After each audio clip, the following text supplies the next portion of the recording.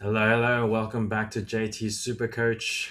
This week, I have to take accountability for what I've done last week, which is okay, actually.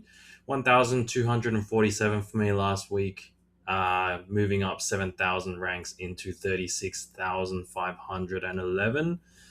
The thing I'm happy about here is the team value. The team value has actually jumped by 1.2 million in 1 week. I think that's a lot to do with getting on Finefuiaki early. My two RFs as well have been pretty strong, as has everyone's. I've hopped off a few center wing cheapies, so maybe my money will stall coming up. I just had to get rid of Tom Chester, and some of the cheapies have like Moses Leo haven't been doing so well. So it's tough. You got to balance points and cash. I think that's somewhere. I think I'm going to lean towards the points at the moment because I'm trying to catch up. And I think if I can make a few right choices later down the line, cash will come anyway, just because we're looking pretty good for where we are at the moment in cash. So onto the watch list. For watching to buy, I would watch Payne Haas at the moment. He is still got that AC joint injury. He's coming back. He's named to play this week. They initially thought it could be 1 or 2 weeks. And if you get a cop to the shoulder, it could turn bad again. So I would hold off at least a week before getting him back in. I don't think you want to risk it. Burning two trades is probably a pretty big risk for somebody who's going to pump out, 20 more than the next guy. At best, that's okay to sacrifice for 1 week, I'd say. Next on the watch list is Hudson Young. Hudson Young has slowly been chugging along. The only reason why I haven't bought him is because there's a lot of 2RF cheapies already who are doing really well, and the Raiders don't look as strong as they have before. Like, I would hope that Ethan Strange moves back to the left so you do have that strong left attack. But it does seem like Hudson Young is, the second row forward who has the most um, he has the most initiative to be able to do things himself. He can take little grubber kicks. He loves an offload.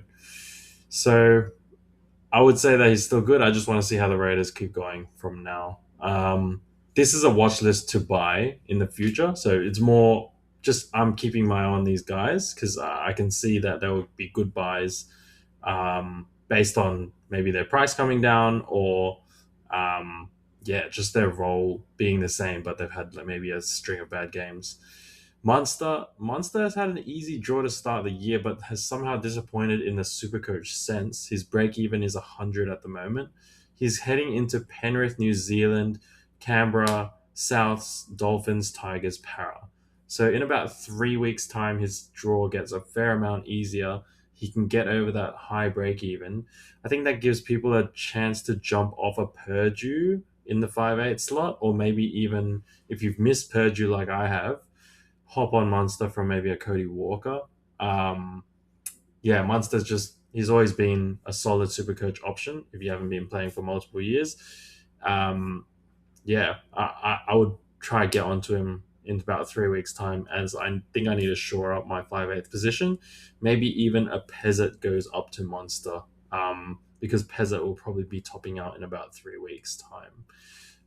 Iro, I actually jumped off maybe 2 weeks ago for a Jacob Carraz, who then went on to score his lowest score in about 3 years. Iro round 8, you're looking at North Queensland Cowboys, West Tigers, Souths, and then the Bulldogs. So a medium run coming up round 8. And, if he can prove that if he scores a try, he gets about 75 plus, I would look to pick him back up, especially now he's in the 600K range now. And Jaden Sewer is kind of out of left field, I would say, but I looked at his numbers and he was basing a lot. I don't know whether it's to do with the new tackle system and the points there, but he's been pumping out base like 60 or 70 in base, and sometimes dragging attacking stats as well. Even though it's a Dragons outfit, they do have another two easy games coming up. He's still, I think, 660K. So not the cheapest, but Look, he looks to be another, like Lisati type, or maybe a Kulikefu type, Kulikefu light maybe. So yeah, I put him on the watch list, and that takes me to the buy list probably. Finefuiaki is the top of the buy list, the base of 70. I was saying buy him last week. I went on him last week. Probably should have gone on him 1 week before. It's just that he didn't have the pedigree. Before this year, he's never really been a great super coach option. The name has been tossed around, but he's never been able to break out of that 300, 400, 500 range at his very peak. But yeah, this year seems totally different. He looks like a wrecking ball when he's running at pace. He's getting through. What I saw was that he was getting through the line. He was getting through holes. Although you're the lead runner and say you don't get the ball, you can get through the hole. But he looked like he was in the right position at the right time. Had the ball come his way, to also get into that gap. Not just that, the defender knew that he wasn't going to get the ball and then, left him. He was coming at really hard pace. And if he'd gotten past the ball, he would have gone through. And yeah, I think he got past one. He's managed to jag attacking stats in the past 4 weeks, at least once. So I would hop on him now. It's sort of like a Tom Jenkins situation from last week, right? Like, do you cough up the money for someone who's going to bring you the points plus an upside, or do you sit around the sidelines and sort of say I'm not that keen because I could have got him for cheaper? It's sort of the sunk cost fallacy, right? That time has come and passed. You just have to pay up for what is looking like a good deal at the moment. Alex 12 from the Tigers also looks like a good deal. His base is really good at the moment. He scored about 90 on the weekend. Um, I would get him. I would put him number 2 on my buy list, just because Tigers have never been. They haven't been good for a while. They haven't had sustained good play for a while, but his base does look really good. You might want to move an Isaiah Yo to him. I would give Yo one more week. Up against Storm, they're probably going to need him for more minutes. But Twal looks to have a fair amount of minutes in that role. Number 3 on the buy list, Tom Chester. If you don't already have him, I would buy him. I would say he's going to probably end up around 500, just around 600k maybe. So I've thought about it myself. I actually had to drop him last week because I thought I had to play.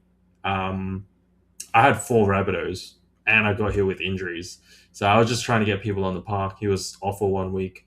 I thought Laybut maybe it was coming back into the team, but Todd Payton really likes Tom Chester and he's backed that up. He's backed up his words, which means that I've made the wrong choice and I've kept Setu 2 and left Tom Chester out. I don't think at the moment for me it's worth chasing that 300k with 2 trades, trade in, trade out.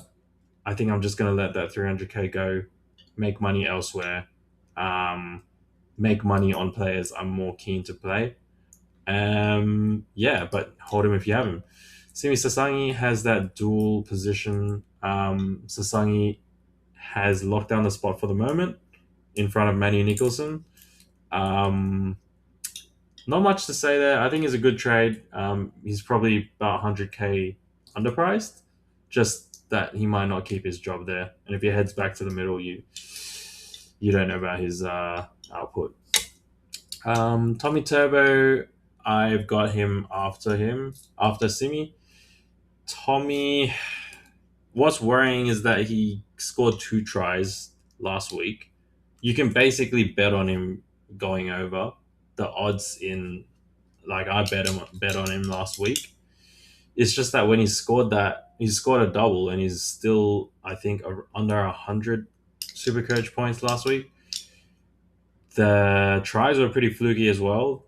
Definitely the sub try going around the side in the first minute was crazy. I was at the game.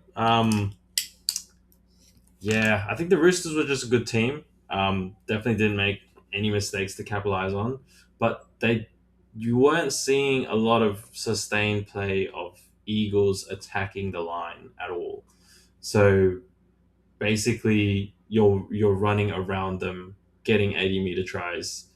Tommy Turbo will probably works best, and that goes for Hamole as well. When you have some repeat sets at the line of the defenders, you basically do some sweep shape, and then Tommy Turbo like sticks his arm 10 meters out, and then grabs a try, or bulldozes about another 10 meters, and there's your try, right? And he gets the tackle breaks for the people hanging off of him, and the line break.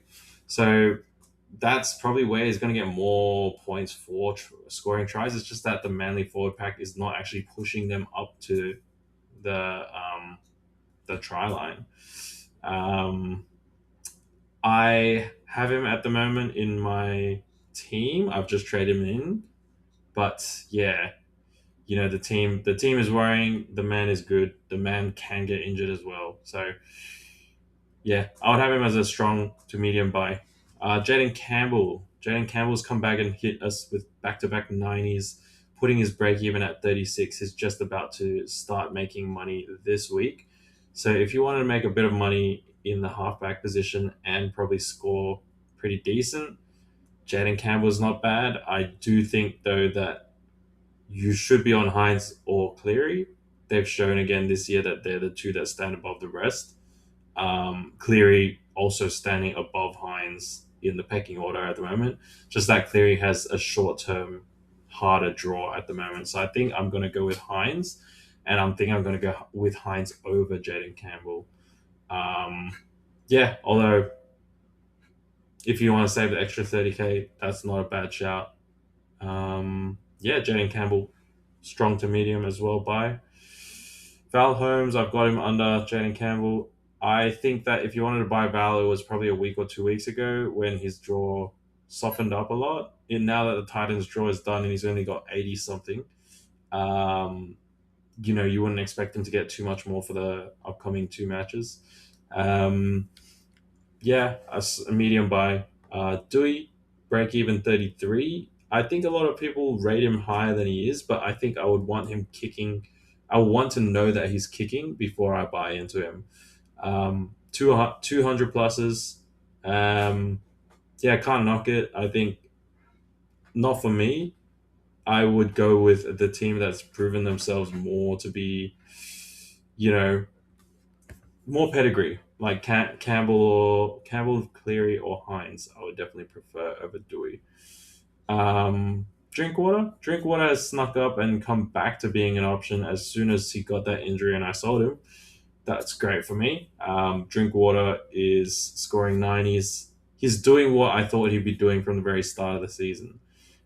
His break even is 50, and I think he's still the center point of their attack. It's just like, how good are the Cowboys really? They're good against the Storm last week, which was insane to me that they won. I I think I'd just rather go Turbo though.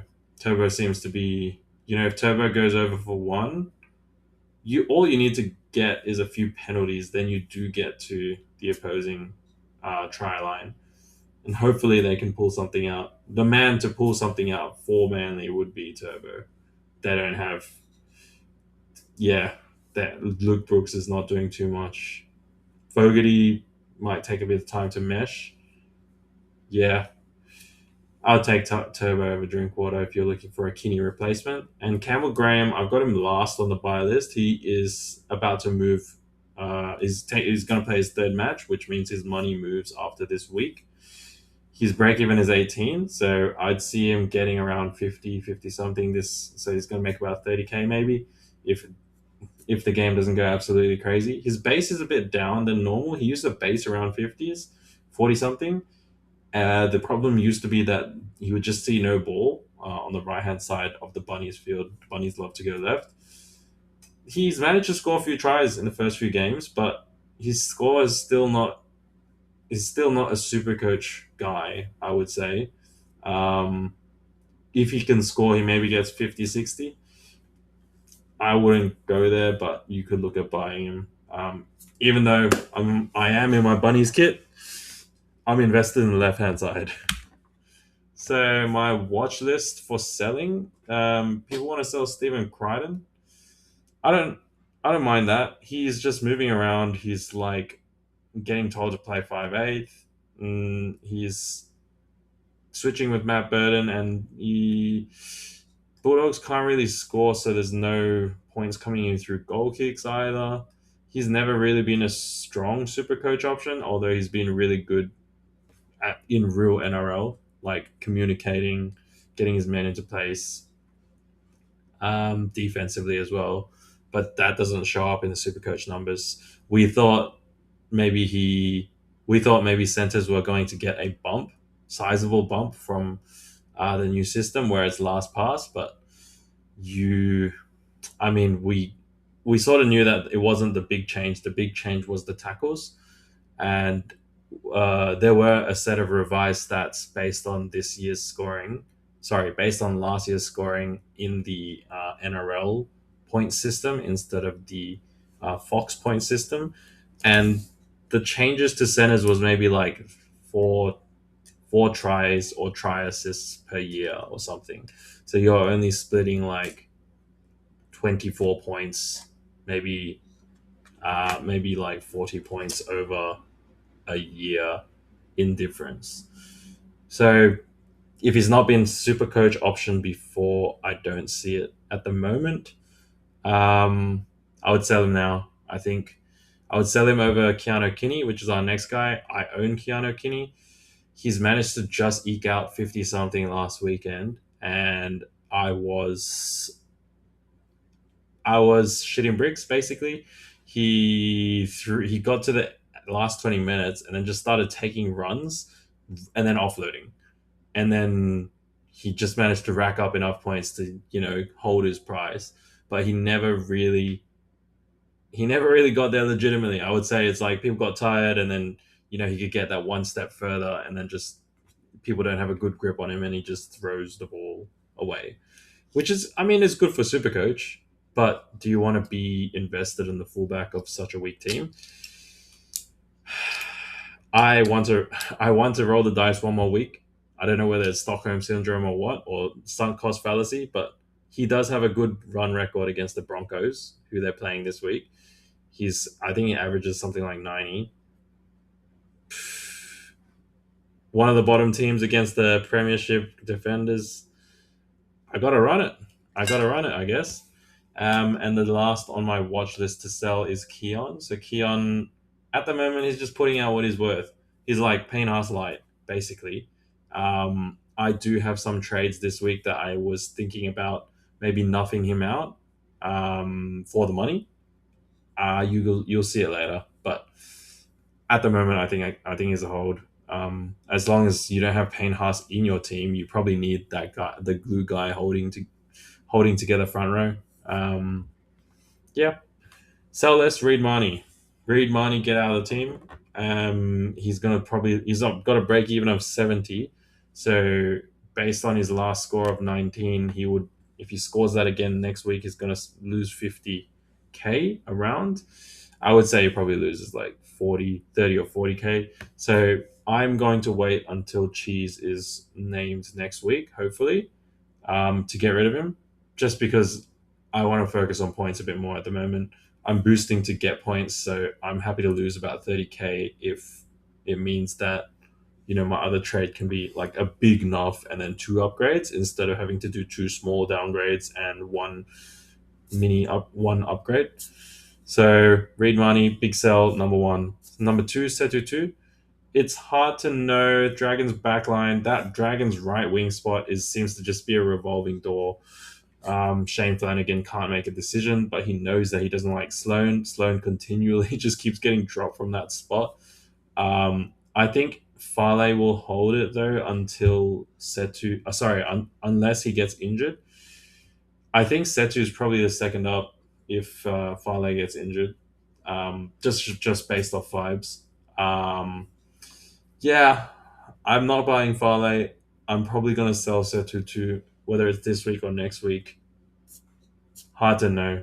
Um, I might want to wait another 2 weeks and just wait for Farley to come off the bubble. Yeah, it's hard to say. Yeah, I don't really want to waste any more money on. Sorry, any more trades on these cheapies. But I think you do need to be using most of your slots to actually increment your money.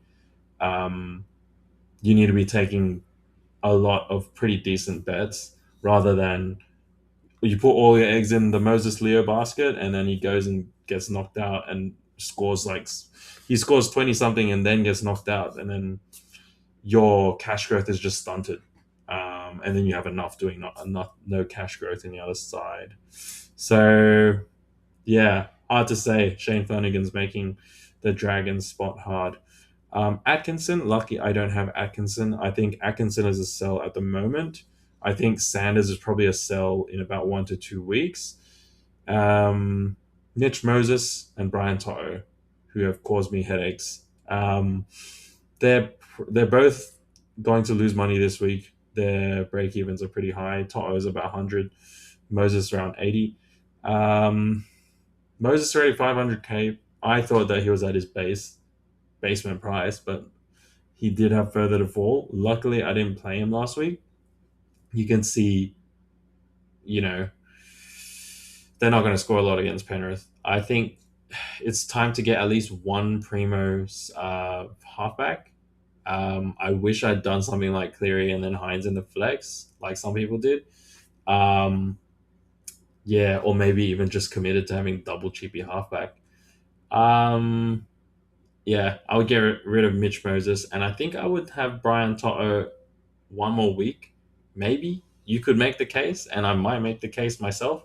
Toto is playing Melbourne Storm. The only reason why Toto didn't score a lot last week was because his base was down, and his base was down because they were scoring a bunch of tries, and he was just standing there waiting for his turn to attack, and he never got the ball. So just because the Panthers are scoring 40 something, you're going to sell a winger on that team? That kind of doesn't make sense to me, especially when the team is a more difficult opponent who is actually defending the inside correctly and then pushing you out to the wing to score tries on the wing. It's just that, yeah, all everything else is working against him. You know, all the balls going left. It's aerial kicks to Jenkins left. Alamotti just makes the break and just does stuff himself. He's in a hidden spot of the field, Brian Toto. Um, I want to run it one more week and test my hypothesis to see if hard teams actually make Toto score better because his best score of the year at the moment is against the Sharks. Um, yeah, I would sell him though if you want to save money. If you want to be sure that your money is saved. This is my tipping from last week. It was pretty bad. I think because yeah, it's hard to go against all of the favorites. I did get two really close though. I got Manly 12, Sydney Roosters 32, and Manly ended up scoring 16 and Roosters 33. So I was like 4+1 off. Pretty close. Penrith versus Para, I got correct 34-6, but it was actually 48-20. So just bumped those numbers up by like another 14 each. Wow, yeah, bumped those numbers by exactly 14 each. I should have added an exclamation mark next to that one as well. And then Titans versus St. George. St. George, yeah, Jean Claude is pretty on point. The Dragons just shit the bed, and they get into close contests, and then they just shit. So I don't know what to tell you. I had them 22-18 losing, and the Titans actually did score 22, and Dragons had 14. So I thought those were pretty good. I won't be doing any more tipping just because I got so many wrong last week. It's basically me just tipping the favorites and praying. But anyways, on to money talks. So I just took a look at what happened to me last year. So the best year I played Supercoach last year. Um, I earned 900k in the third round when the big money was coming in, 900k. So it's compared to this year, 600k. Yeah, last year went better in that big trading round, round three. Round four and five last year was 600k each. And this year, round four has been 1.2 mil. So that big jump has taken me up to a squad value of 13.5k. Sorry, 13.5 mil. Um, I think we're sitting at a good number for where I am now. I'm actually ahead in terms of I'm ahead in cash compared to last year. Last year I ended up 82 or 80, sorry, ranked 80 in Supercoach. Um, so you would imagine that I got off to a hot start last year. So I'm not too worried about the squad cash. I'm using this as a benchmark, I guess. It sort of jumped around 6, 7, and 8, about 200k, 200k, then 600k, then round 9 last year, 5k, 700k, and then 400k.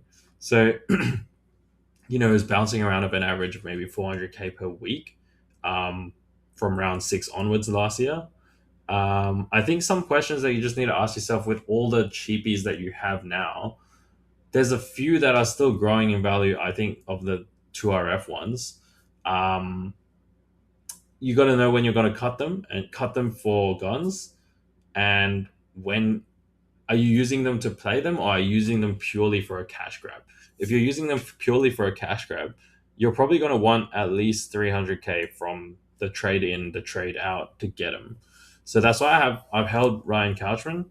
He's not earning me any money at the moment, but there there's look, it's stacked. I could play 5 out of my 6 2RFs, and yeah, I don't want to waste any more trades. I've wasted a lot of trades in center wing. Um, I'm not too worried about cash, so I don't think I'm gonna. I think I'm gonna leave Chester and try to make money, maybe from a 400s guy going to a 600s guy, who is playable week to week, rather than the 200 guy going up to like 500 in the center wing, who may lose their spot in the team. So yeah, I think two questions to ask yourself: are you playing the cheapie, and is 2 trades worth 300k?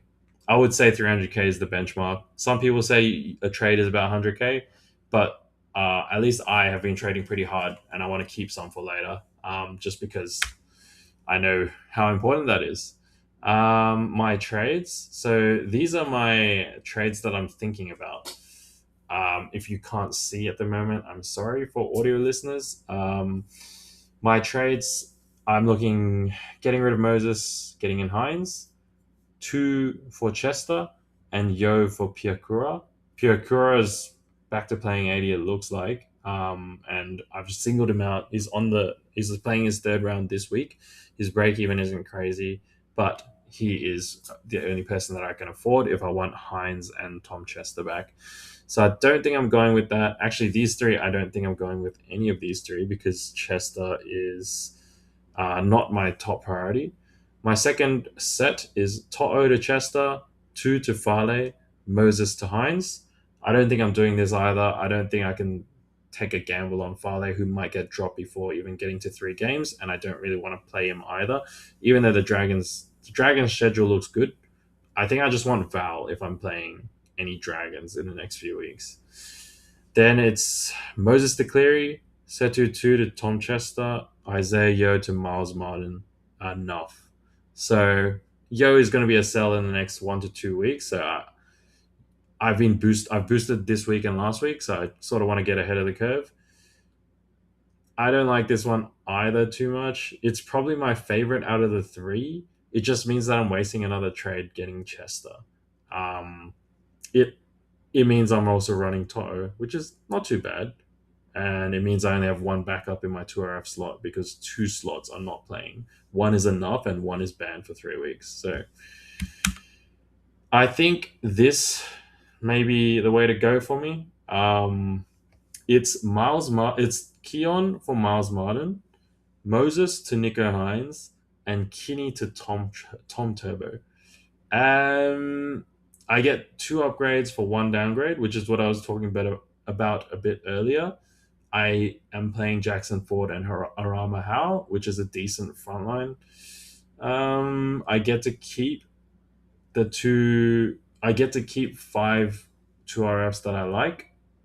I can move down one of the dual position guys into 2RF later on to free up a slot. I think it does a lot for me this week. It just means that I don't get Kinney to get his run. I've probably given Kinney too many runs at the moment, and it means that I'm sacrificing some money, because Toto is probably going to drop a bit. I'm hoping that my thesis is correct, but we'll see. I've landed on this set of trades. I think I can be persuaded between now and game time, or even during the weekend. which is probably why you've seen some of my previous trades, and then my team look different than it has. I've just backflipped on things. Should have got Cleary in last week, but Kulikefu or Cleary, both of them went well. I didn't have money for either for both of them, so not too bad. With my team, I put the VC on Dave Fafita. I don't know why, but I have a feeling that he's going to get a double. Actually, I do know why. My thesis is that Lockie Galvin cannot guard him. Um, yeah. Um, the Bulldogs are in a bit of turmoil at the moment. I think he's going to deliver. I don't think he's going to deliver enough where I can VC loop him. Um, Probably should put it on turbo, but I'm just feeling a little different. And then I've got the captaincy on Reese Walsh, just chopping up the Titans. Yeah. I'm playing Makasini, Farlongo, Brian Toto, Noah Martin, Joe Chan. Look, I'm for the reserves. As for the reserves, I'm leaving out. I'm leaving out Reed Marnie, Paseka, Ethan Sanders, Pezzett, and Faymani. I would, if had Chester, I would probably play him. Yeah, it depends on your center wing structure. I have four center wings that are not classified as cheapies, so yeah, I'm happy to play them. Um, I'm also treating Karaz as a wait and see, just hoping he doesn't jink down some more money for me, lose another. Yeah, not too much, hopefully. I do have some fires I've left for me myself next week, which is Setu 2 and Reed Marnie. I think it's okay. And then I've got Noah Martin. That fourth front row forward slot is usually where people nuff out first. Some people even nuff that spot out before the game even starts. Sorry, before even round one. So I think I'm happy to run that at the moment. I think I have coverage, and yeah, I just need to get some points on the board at the moment. So I need to nuff out, and I probably need to get onto Cheese next week and get rid of Setu too. So I've probably got two trades locked up next week as well. Could be my third boost if I am feeling antsy. Maybe want to get rid of a Cody Walker. But we'll see when that time comes. I think that's all from me today. Go enjoy your homework, which is watching all the games you can this weekend. Good luck super coaching.